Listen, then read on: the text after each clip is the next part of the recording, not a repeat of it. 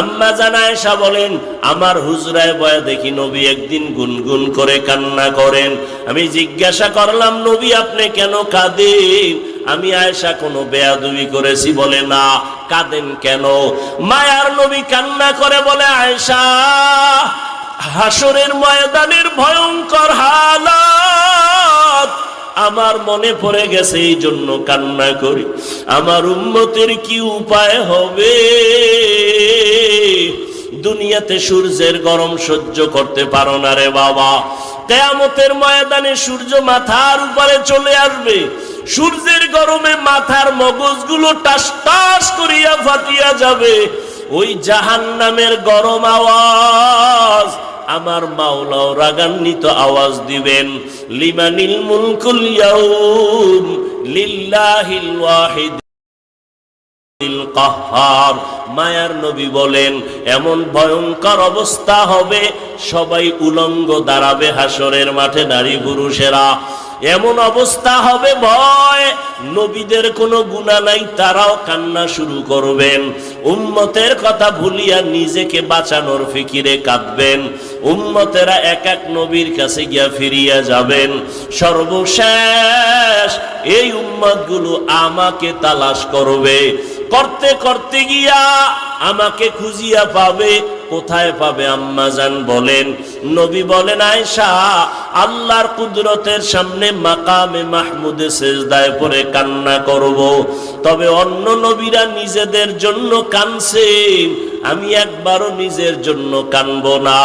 আমি কান্না করে বলবো, হে মালিক, আমার উম্মতের বাঁচাও, আমার উম্মতের বাঁচাও।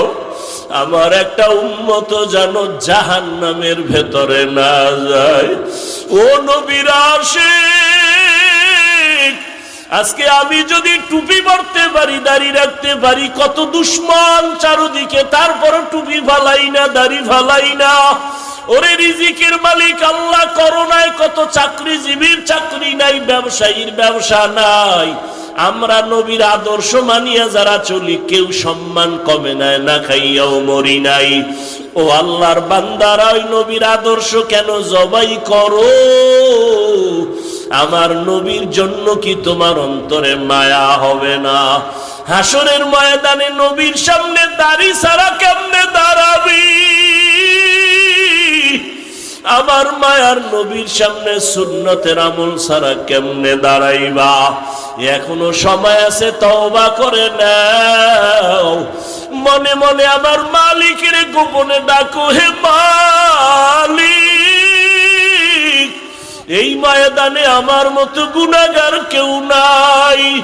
গুনার কারণে আমার হাত না পাক, আমার চোখ না পাক, আমার জিহ্বা না পাক, অন্তর না পাক, দিলটা পাথর, চোখে পানি নাই।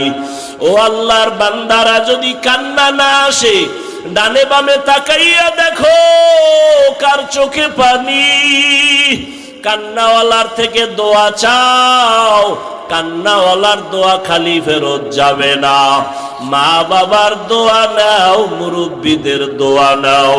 মনে মনে তওবা করো আর আল্লাহরে বলো, আল্লাহ, জীবনে শয়তানের ধোকায় পড়ে কত নামাজ সারলাম বেপরদা।